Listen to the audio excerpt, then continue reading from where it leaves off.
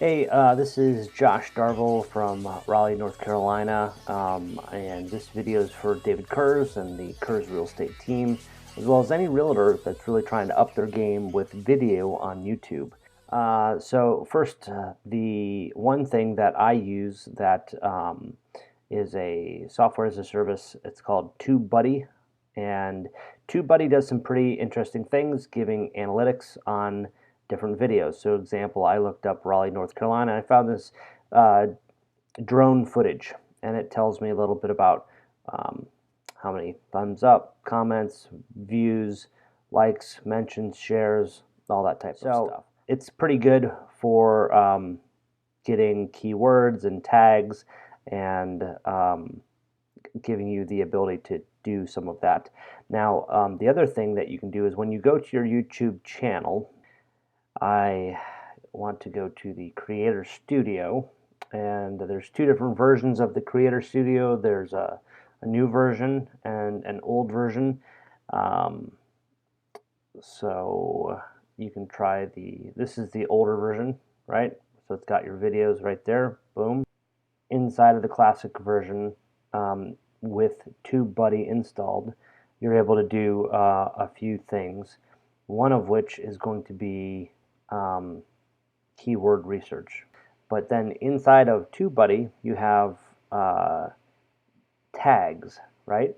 And so I can sort my tags and see which ones are ranking. Okay, so is Market Maker a good CRM? 6. So I'm kind of ranking for certain ones. You can Market Maker versus conversions. That's interesting.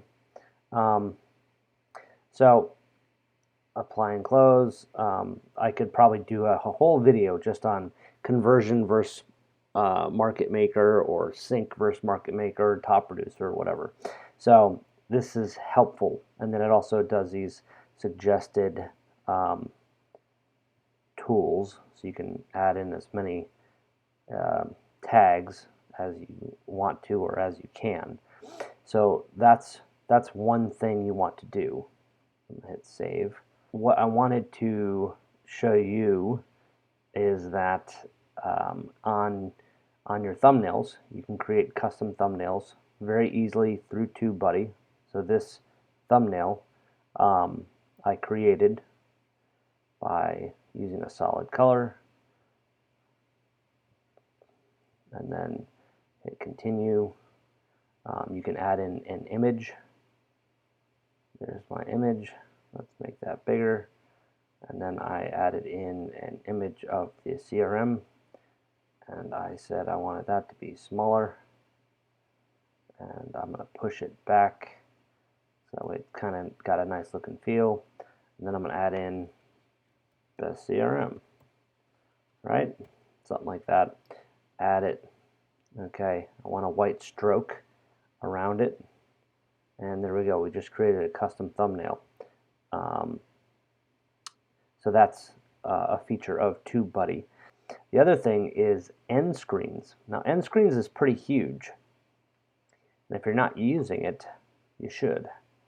An end screen allows you to add in these different elements, and it means that at the end of the video, you're engaging with the audience, giving them something to click. So it's the last 20 seconds or so, right? So you add in the subscribe button, right? And then you tell it where to go. And then you're going to add in what I always like to do, and what I've heard guys that are smarter than me suggest, is you give them a video and then you say best for viewer, okay? And you add that in. And YouTube's algorithm tends to like this. So that's a way to get your audience to stay further engaged with your video, is to add in the end screens at the bottom. And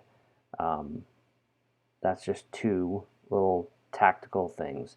The other thing that you'll see is when we go back to info and settings, you'll see these best practices here. The best practices from Tubebuddy say certain things like like your own video, okay? Give it a thumbs up, and then comment on your own video and pin the comment. You want to have a pinned comment.